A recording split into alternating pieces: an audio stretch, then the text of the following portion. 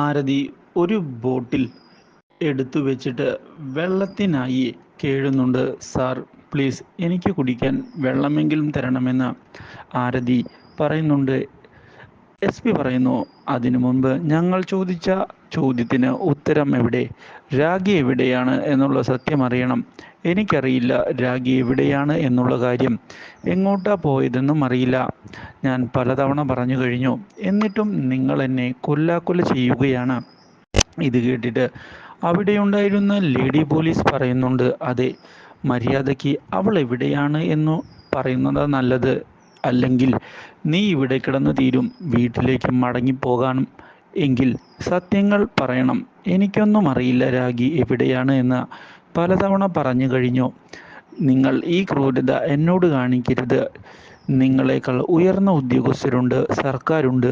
അത് കഴിഞ്ഞിട്ട് അദ്ദേഹം പറയുന്നുണ്ട്, SP, ഇന്ന് 12 മണിക്ക് തന്നെ നിന്നെ കോടതിയിൽ ഹാജരാക്കേണ്ടതാണ്. പക്ഷേ ഒരു കാര്യം, നിനക്ക് ജയിലിലേക്ക് പോയി സുഖിച്ചു കഴിയാമെന്നൊന്നും നീ വിചാരിക്കേണ്ട. എന്തായാലും നിന്നെ ഞങ്ങൾ പോലീസ് കസ്റ്റഡിയിൽ മേടിക്കും. പിന്നെ നിന്നെ ഇടിച്ച് നിന്റെ ഷേപ്പ് മാറ്റും എന്നൊക്കെ പറഞ്ഞിട്ട് കൈ ചുരുട്ടുന്നുമുണ്ട്. ആ സമയത്ത് ആരതിയാണ് എങ്കിൽ വളരെ സങ്കടത്തിൽ കരയുന്നു. ഞാനിപ്പോൾ വരാം, ഇവളെ നോക്കിക്കൊള്ളണേ എന്ന് പറഞ്ഞിട്ട് അദ്ദേഹം അവിടെ നിന്ന് പോകുന്നു. ആ സമയത്ത് ആ ബോട്ടിലിൽ നോക്കിയിട്ട് കുടിക്കാനായി ദാഹിച്ച് ആരതിയാണ് എങ്കിൽ സങ്കടപ്പെട്ട് നിൽക്കുന്നു. എന്നിട്ട് വനിതാ പോലീസിൻ്റെ മുഖത്തേക്ക് നോക്കുമ്പോൾ അവർക്ക് യാതൊരുവിധ കരുണയുമില്ല. അതേസമയം SP അവിടെ വന്നിരിക്കുമ്പോഴാണ് ഒരു വക്കീൽ അങ്ങോട്ട് വരുന്നത്. അദ്ദേഹത്തെ കണ്ടിട്ട് മറ്റൊരാളുടെ കാര്യത്തെപ്പറ്റി ചർച്ച ചെയ്യുന്നുമുണ്ട്. എന്തായാലും ജാമ്യത്തിനാണോ വന്നത്?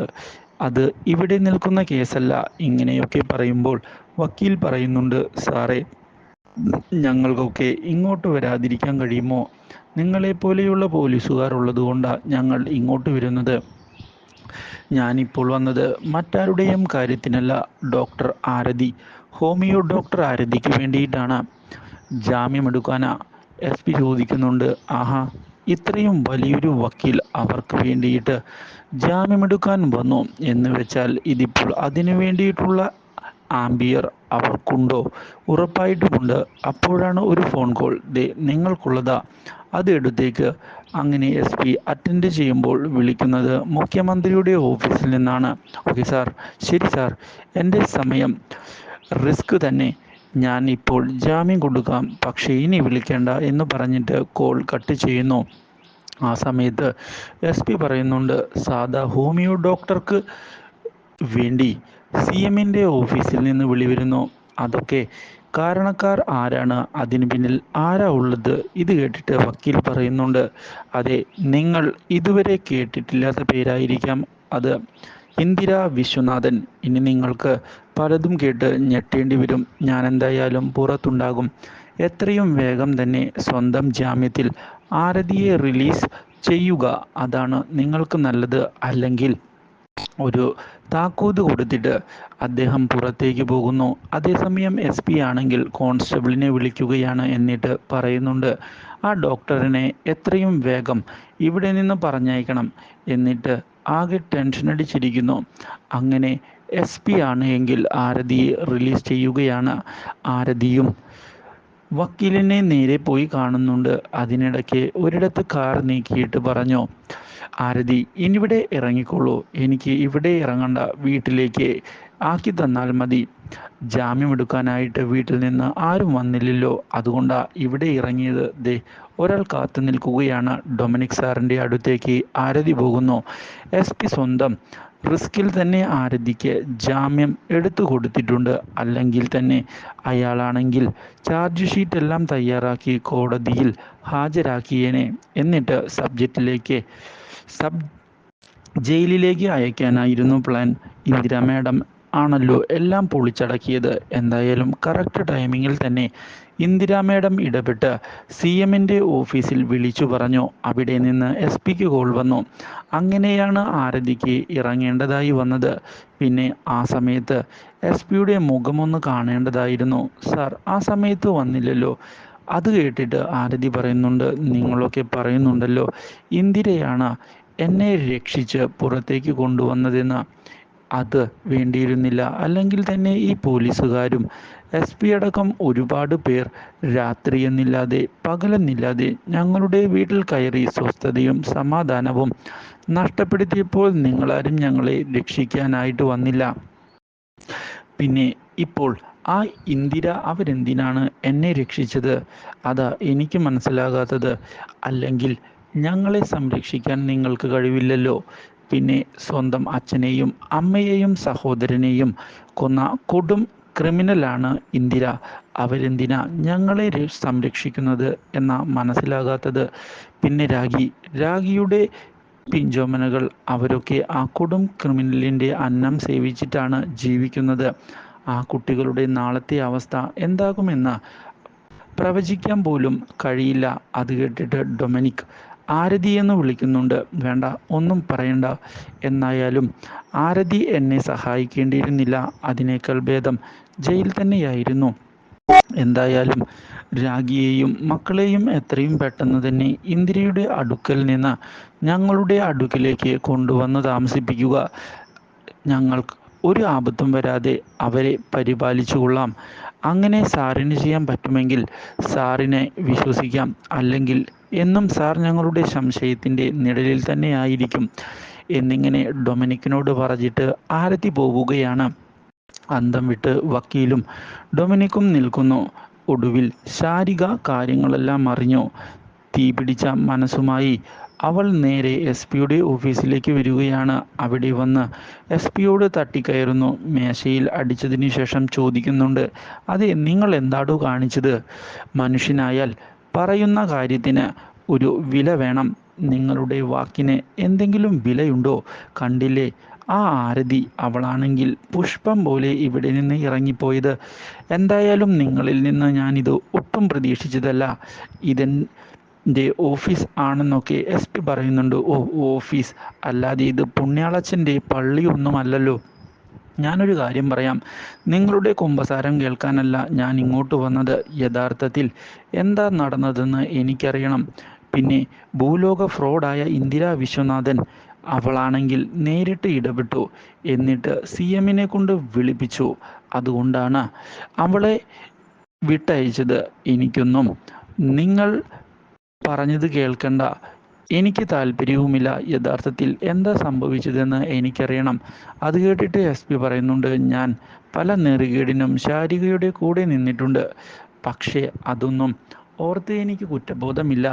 ശാരിക പറയുന്നുണ്ട്, തൻ്റെ കുമ്പസാരം കേൾക്കാനല്ല ഞാൻ ഇങ്ങോട്ട് വന്നത്. അല്ല, ഞാൻ പറയട്ടെ, ഇതിപ്പോൾ കയ്യിൽ നിന്ന് പോയി കഴിഞ്ഞു. അല്ലെങ്കിൽ തന്നെ സത്യം ഇനി പറഞ്ഞിട്ട് കാര്യവുമില്ല. നിങ്ങൾ കൂടുതൽ വിശദീകരണമൊന്നും തരണ്ട. എന്താ നടന്നതെന്ന് എനിക്കറിയാം. നിങ്ങളും ഇന്ദിര വിശ്വനാഥൻ്റെ ആള് തന്നെ. അതുകൊണ്ട് തന്നെയാ ഇങ്ങനെയൊക്കെ ഒത്തുകളിക്കുന്നത്. നിങ്ങളുമായി ഒത്തുകളിച്ചിട്ടാണ് ഇവിടെ നിന്ന് ആരതി പോയത്. എന്നിട്ട് എൻ്റെ കണ്ണ് മൂടിക്കെട്ടാൻ നോക്കുന്നു. അത് കേട്ട് എസ് പി പറയുന്നുണ്ട്, നോ, ഇങ്ങനെയൊന്നും പറയരുത്. പിന്നെ എങ്ങനെയാടോ ഞാൻ പറയേണ്ടത്?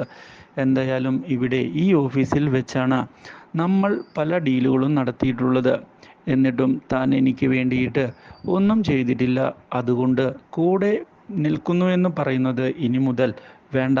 എൻ്റെ ശത്രുവാണോ? ശത്രുവിൻ്റെ പട്ടികയിൽ എന്നും ഇനി താൻ ഉണ്ടാകും. അതുകൊണ്ട് തന്നെ തനിക്ക് എസ് പിയുടെ കസേരയിൽ അധികം നേരം ഇരുന്ന് വാഴാമെന്ന് വിചാരിക്കേണ്ട. അതിന് തന്നെ ഞാൻ അനുവദിക്കില്ല. ഇത്രയും പറഞ്ഞിട്ട് വാചക എന്നും പറഞ്ഞു പോകുന്നു. അതേസമയം ചിന്നുവിനെയും ചന്തുവിനെയും സ്കൂളിലേക്ക് പോകാനായിട്ട് ഒരുക്കുകയാണ് അമ്മിണിയമ്മ. എന്നിട്ട് പറയുന്നുണ്ട്, എന്ത് ആവശ്യമുണ്ടെങ്കിലും എന്നോട് പറഞ്ഞാൽ മതി, ഞാൻ സാധിച്ചു തരാം. അത് കേട്ടിട്ട് ചന്തുകുട്ടൻ പറയുന്നുണ്ട്, എന്നാൽ എനിക്കൊരാഗ്രഹമുണ്ട്. വേറൊന്നുമല്ല, എനിക്ക് എൻ്റെ വീട്ടിലേക്ക് തിരികെ പോകണം. അത് കേട്ടിട്ട് അമ്മിണിയമ്മ ഞെട്ടുന്നുണ്ട്. ചിന്നു പറയുന്നുണ്ട്, എന്താടാ ഇത്? ആ വീട്ടിലേക്ക് തിരിച്ചു പോകാൻ പറ്റില്ല എന്ന് പലതവണ പറഞ്ഞതല്ലേ? ആ സമയത്ത് അമ്മിണിയമ്മ പറയുന്നുണ്ട്, അത് രാജീവ് സാർ വരട്ടെ. രാജീവ് സാർ വന്നതിന് ശേഷം രാജീവ് രാഗിമോളെയും രാജീവ് സാറും നിങ്ങളെ കൊണ്ടുപോകും. എല്ലാവരും പഴയ സന്തോഷത്തിലേക്ക് പോകും. ചിരിയും കളിയുമായിട്ട് അവിടെ കൂടും. ശാന്തം ശാന്തി മാത്രവുമല്ല, നമുക്ക് സമാധാനവും ലഭിക്കും. തുളസിയും അവിടേക്ക് കയറി വരും. അമ്മിണിയമ്മ ഇതേ തുടർന്ന് പറയുമ്പോഴാണ് രാഗി അങ്ങോട്ട് വരുന്നത്. ഇവിടെ വാചകമടിച്ചിരിക്കാതെ വാ പോവേണ്ടേ എന്ന് പറയുന്നുണ്ട് രാഗി. അതെ ചിന്നു, ഉറങ്ങാതെ വാ, ചന്തുവിനെ മെരുക്കാനാ പാട് എന്ന് പറഞ്ഞ് സ്മാർട്ട് ബോയ് അല്ലേ, വാ പോകാം സ്കൂളിലേക്ക്, ടിഫിൻ മുഴുവൻ കഴിക്കണം, എന്നാലും സ്മാർട്ട് ബോയ് ആയി വരണം എന്നും പറഞ്ഞ് ആഹാ പോകാം എന്ന് വ്യക്തമാക്കിക്കൊണ്ട് പോവുകയാണ് രാഗി. മാർഗരറ്റ് അവരെ കൂട്ടിക്കൊണ്ടു പോവുകയാണ്. ആ സമയത്ത് രാഗി കുട്ടികൾക്ക് ഉമ്മയൊക്കെ കൊടുക്കുന്നുണ്ട്. അങ്ങനെ അവർ പോയി കഴിഞ്ഞപ്പോൾ രാഗിയാണെങ്കിൽ അവിടെ ഇരുന്ന് പറയുന്നുണ്ട്, എൻ്റെ ഈശ്വര, ഇനി എന്നാവും സമാധാനത്തിൽ എൻ്റെ മക്കളെ സ്കൂളിൽ അയക്കാൻ പറ്റുക. അതേസമയം ശാരിക ഏതോ ഒരു ഉന്നത ഉദ്യോഗസ്ഥനെ വിളിക്കുകയാണ്. എന്നിട്ട് പറയുന്നുണ്ട്, SP അദ്ദേഹത്തെ ഇവിടെ നിന്ന് എത്രയും പെട്ടെന്ന് തന്നെ സ്ഥലം മാറ്റണം. അദ്ദേഹം ഒരു ഫൂളിഷാണ്. അയാൾക്ക് ഒന്നും ചെയ്യാനായിട്ട് കഴിയില്ല. അല്ലെങ്കിലും അയാൾക്ക് ഉണ്ട ചോറിന് നന്ദിയുമില്ല സാർ. എത്രയും പെട്ടെന്ന് തന്നെ കാര്യങ്ങൾ ചെയ്യണം. ഓക്കെ എന്ന് പറഞ്ഞ് സംഭാഷണം അവസാനിപ്പിക്കുന്നു. ആ സമയത്ത് ദുർഗാദേവി അങ്ങോട്ട് വരുന്നു. എന്നിട്ട് പറയുന്നുണ്ട്, SP അയാളുടെ പേര് ഞാൻ കാൽവിരൽ കൊണ്ട് മായ്ക്കാൻ പോവുകയാണ്. അയാൾ ഇനി വേണ്ട. എന്തായാലും ഈ സംസാരം ഇനി മുതൽ വേണ്ട SP എന്നുള്ള അധ്യായം ഞാനിവിടെ അടച്ചു കഴിഞ്ഞു. നമുക്ക് മറ്റൊരു കാര്യം കൂടി ചെയ്യാനുണ്ട്. രാഗിയുടെ മക്കൾ അത്രയും പെട്ടെന്ന് തന്നെ ഇവിടെ കൊണ്ടുവരണം ദീദി. പോകാൻ തയ്യാറായിക്കോ. ആ സമയത്ത് അവർ 1 മിനിറ്റ് എന്ന് പറഞ്ഞു പോവുകയാണ്. ജഗനോടായി കാര്യങ്ങൾ തിരക്കുമ്പോൾ ജഗൻ പറയുന്നുണ്ട്, സ്കൂളിൻ്റെ ബലം മഹത്തായിട്ട് കേൾക്കുന്നുണ്ട്. നമ്മുടെ ആൾക്കാർ അവിടെ ഉണ്ടാകും. അതുകൊണ്ട് തന്നെ ദുർഗാബായിക്ക് പെട്ടെന്ന് തന്നെ കുട്ടികളെ നമ്മൾ പറയുന്നിടത്ത് എത്തിക്കാനും സാധിക്കും. ദുർഗാദേവിക്ക് ഓൾ ദ ബെസ്റ്റ് നേർന്നുകൊണ്ട് ശാരിക അയക്കുന്നുണ്ട്. ആ സമയത്ത് ശാരിക മനസ്സിൽ പറയുന്നു, രാജീവനെയും കുട്ടികളെയും ഇനി ഒരിക്കലും നിനക്ക് കിട്ടില്ലടി. രാഗിയാണെങ്കിൽ വൈകുന്നേരമാകുമ്പോൾ അമ്മിണിയമ്മയുടെ അടുക്കിലേക്ക് വരികയാണ്. മക്കൾ ഇതുവരെ വന്നില്ലല്ലോ. സാധാരണ 5:30 എത്തേണ്ടതാണ്. ഇതിപ്പോൾ 5:45. അവർ എവിടെ പോയോ എന്തോ. അമ്മിണിയമ്മ പറയുന്നുണ്ട്, കുട്ടികൾ വരും മോൾ, ആ ഡ്രൈവറെ ഒന്ന് വിളിച്ചു നോക്ക്. മാർഗരറ്റ് അങ്ങോട്ട് വരുന്നു. എന്നിട്ട് പറയുന്നു, അവിടെ ആ വളവിൽ കുട്ടികളെ ഇറക്കാറില്ലേ, ആ ഹൗസിംഗ് കോളനിയുടെ ഭാഗത്ത്? എനിക്ക് തോന്നുന്നത് ലേറ്റായി എന്നാണ്. പേടിയാകുന്നു. ഒന്ന് വിളിച്ചു നോക്കാം. ഈ സമയത്ത് മാർഗരറ്റ് ആണെങ്കിൽ ആരൊക്കെയോ ഫോൺ വിളിക്കാൻ ശ്രമിക്കുന്നുണ്ട്. ഓക്കെ ശരിയെന്ന് പറഞ്ഞ് കോൾ സംഭാഷണം അവസാനിപ്പിക്കുന്നു. എന്നിട്ട് പറയുന്നുണ്ട്, അല്ല മക്കള് സ്കൂൾ ബസ്സിൽ കയറിയില്ലെന്നാണ് അവർ പറയുന്നത്. ഇനി അവർ എവിടെ പോയിട്ടുണ്ടാകും? രാഗി എന്ന് പറയുന്നുണ്ട്. മക്കൾ എങ്ങാനും എവിടെയെങ്കിലും വേറെ പോയിട്ടുണ്ടാകുമോ? പ്രിൻസിപ്പളിനെ ഒന്ന് വിളിച്ചു നോക്കട്ടെ ശാരി, ഞാനൊന്ന് വിളിച്ചു നോക്കട്ടെ പ്രിൻസിപ്പളിനെ എന്ന് പറഞ്ഞ് തിടുക്കം കാണിക്കുന്നു. വിവരമത്ര നല്ലതല്ല. മാർഗരറ്റ് ആകെപ്പാടെ തരിപ്പണമായി നിൽക്കുകയാണ്. പിന്നിൽ നിന്ന് രാഗിയെ നോക്കിയതിന് ശേഷം പറയുന്നുണ്ട്, രാഗി, ഞാൻ പറയുന്ന കാര്യം കേട്ട് നീ ടെൻഷൻ അടിക്കരുത്. മക്കൾ ഉറപ്പായിട്ടും സിറ്റിയിൽ തന്നെ കാണും. സത്യത്തിൽ പ്രിൻസിപ്പൽ പറയുന്നത് അവർ രണ്ടുപേരും ക്ലാസ് കഴിഞ്ഞതിന് ശേഷം ഇവിടെ നിന്ന് പോയി എന്നും കണ്ടിട്ടില്ല എന്നുമാണ്. രാഗിയാകെ അന്തം വിട്ട് നിൽക്കുകയാണ്. എൻ്റെ മക്കൾ എവിടെ? എനിക്കവരെ കാണണം. ടെൻഷൻ അടിക്കാതെ, അവരെ പിന്നെ കണ്ടിട്ടില്ല എന്നാണ് പ്രിൻസിപ്പൽ പറയുന്നത്. അവർ പുറത്തെങ്ങാനും പോയിട്ടുണ്ടാകും. നമുക്ക് അന്വേഷിക്കാം. ഇത് കേട്ടിട്ട് അന്തം വിട്ട് നിൽക്കുകയാണ് രാഗി. എൻ്റെ മക്കളെ നഷ്ടപ്പെട്ടല്ലോ എന്ന് ഓർത്ത് തളർന്ന് വീഴാനായിട്ട് പോവുകയാണ്. അപ്പോഴേക്കും മാർഗരറ്റും അമ്മിണിയമ്മയും രാഗി വീഴാതിരിക്കുന്നതിന് പിടിക്കുന്നുണ്ട്. രാഗി ആ സമയത്ത് ബോധം കെട്ട് താഴെ വീഴുന്നു. മാർഗരറ്റ് അമ്മിണിയമ്മയോട് പറയുന്നുണ്ട്, രാഗിയെ നോക്കിക്കൊള്ളണം കേട്ടോ. ഞാൻ എന്തായാലും ഇന്ദിര മേഡത്തിനെയും ഡൊമിനിക് സാറിനെയും ഒന്ന് വിളിച്ചോട്ടെ. അവരെന്തായാലും കാര്യമായിട്ട് അന്വേഷിച്ചു കൊള്ളും. അങ്ങനെ ഇന്ദിര മേഡത്തെ വിളിക്കുകയാണ്. അതേസമയം മയക്കത്തിൽ തന്നെ കിടക്കുന്നുണ്ട് നമ്മുടെ രാഗി. എന്തൊക്കെയോ പറയുന്നുണ്ട്. കുട്ടികളെ പറ്റി വിഷമിക്കാതിരിക്കെ, കരയാതിരിക്കുക എന്ന് പറഞ്ഞ് ആശ്വസിപ്പിക്കുകയാണ് അമ്മിണിയമ്മ. ഇതേസമയം ഡൊമിനിക് ശാരികയുടെ അടുക്കിലേക്ക് മടങ്ങിയെത്തുന്നു. ഇതേ തുടർന്ന് കാര്യങ്ങൾ തിരക്കുമ്പോൾ പറയുന്നുണ്ട്, സക്സസ്, കുട്ടികൾ നമ്മുടെ അപ്പാർട്ട്മെൻറ്റിൽ എത്തിയിട്ടുണ്ട്. ഇതേ സമയം ശാരികയോട് ജഗൻ വിജയം പറഞ്ഞുകൊണ്ട് ആഘോഷിക്കുകയാണ്. കുട്ടികളെ സ്കൂളിൽ നിന്ന് തട്ടിയെടുത്ത സമയം മുതൽ ആരോ ഒരാൾ കാറിൽ ഞങ്ങളെ ഫോളോ ചെയ്യുകയായിരുന്നു.